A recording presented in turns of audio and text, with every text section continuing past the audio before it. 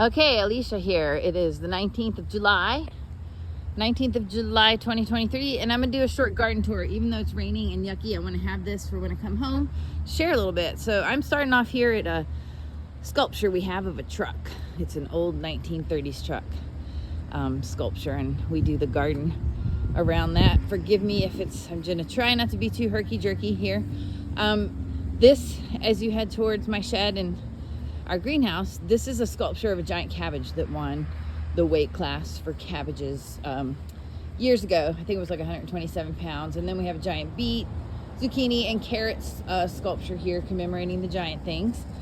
I have a little veggie bed here with my own giant cabbage growing back there. We try to grow one every year. We've got some cauliflower and a couple of different Italian heirloom cabbages around it too. So, all right. Don't mean to turn around so fast, but all right, walking back towards, we do a vegetable garden here. You can see it says Alaska grown, the Alaska grown sign. So we have flowers and veggies mixed. There's cabbages, Brussels sprouts, lots of different kales, collards, that sort of thing. And we have little signs that we make that tell everybody what's going on in the garden and what's growing and what to expect. We have beets and Swiss chard here in that area. And continuing on, this is looking at the property around what is the Museum and Visitor Center. So this is entering our garden. There's a sculpture, the truck man who made that sculpture and the giant vegetables also made this arbor out of, it's metal, believe it or not, and it looks like vines. So it's how you enter the garden. And as you come in, well, we have flowers here that we plant in this front welcome box. And as you take a left here where the tour kind of starts, this is a perennial bed here that we have, and it has many different types of flowers, too many to list right now, so I'm gonna walk you around that. You can see what's blooming. We've had a weird cold late spring, not very warm summer, not very much sun, but these perennials are a foot taller than they usually are, so we're just a little baffled as to why, but we're sort of enjoying it. And the rains have been a little challenging with some of this really tall stuff. But this is our peony that just bloomed last week. It's called the Duchess de Nemours. It's one of the hardiest peonies that we have in the garden. And the blooms are, I don't know, they're bigger than my hand, but it's still in full bloom and tied it up real good so it's holding up in the rain. And it is just a gorgeous, gorgeous plant, and it's getting a lot of attention now. I can't even tell you how many pictures it gets taken a day of it. So yeah, we'll just keep on going through the garden here. The red tall things, we have a lot of those. They're called a Maltese cross, and they're a nice perennial plant here. A little too close, but all right. This is some of the garden is just wild areas, treed areas. This is a really nice, very fragrant rose. It's very hardy, called a hedgehog rose, Rosa rugosa. And we're looking back now towards another perennial garden that's another large one, just like we walked through, adjacent to it. Right here is Benton's potato patch. Right here, the Benton planted 2 different kinds of potatoes this year. He planted Chieftain Red and Yukon Gold. Made a beautiful display of potatoes. And this perennial bed has a couple of round meadow planters. You can't really see them. We plant dahlias in there. Dahlias and sunflowers and snapdragons. And then those are painted daisies you can see in the background, a very colorful daisy. They're sort of laying down in the rain. You can't stake everything, but we have a couple of dahlias there called Arabian Night that are blooming. And as you go around this, we have a lot of this in the garden. It's called Big Sage, and it is a nice perennial plant and pretty showy. People like that. So here's another one of our metal rounds that we have dahlias and snapdragons and some other things in. So yeah, this is looking at there's a willow tree here, a little sign explaining our perennials.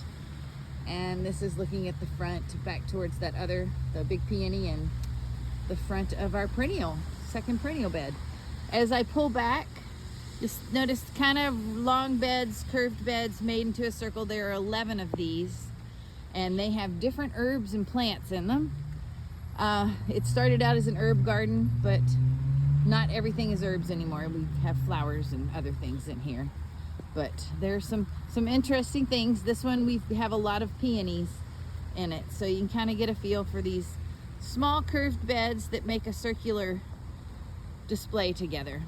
And we try not to do that too fast. And this is looking back towards the potatoes.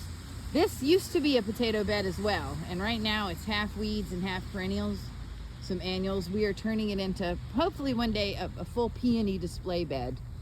We have a few nice subjects in here right now. That one's called Carl Rosenfeld. So we have some nice peonies already. We want to add a few more this year or next. And but there are a lot of interesting perennials in here, but it wants to be clover and weeds, and it's really got to spend a lot of time knocking that stuff down and making something out of it. So this is looking back towards what we call the windbreak. There's some big blue spruces and a trail back into we have a shaded picnic area in the back where there's a forest. And this is some of the more wild areas. I have this cordoned off this year because people were trying to make a trail through it and we just couldn't have it. But yeah, that's a little wild land back there in the background with some roses. And then where I'm panning through, there's a lot of wild Alaska forest plants there and some ornamental crabapple trees in that area there. So I'm backing up now and to show you, we have a rock garden. I have two of them, one here and one on the other side of the building. This is a great big one, and these plants are generally alpine plants. They come up first in the early spring. This thing is the star from May into early June. The Rock Garden Society members volunteer on Thursdays to come keep it tidy for us. And we have alpine plants from all over the world, as well as from up in the mountains here in Alaska. And it's just a really nice place when you've had a long winter and these plants are coming up so early in the season. Some of them come up right out of the snow. So it's a welcome sight. So we have a few edible crabapple trees here, a golden one and a red one, that are really nice little apples. They're better for doing ciders and sauces and jams, jellies, that sort of thing, because they are quite small. And as we exit there, this is the other part of the garden.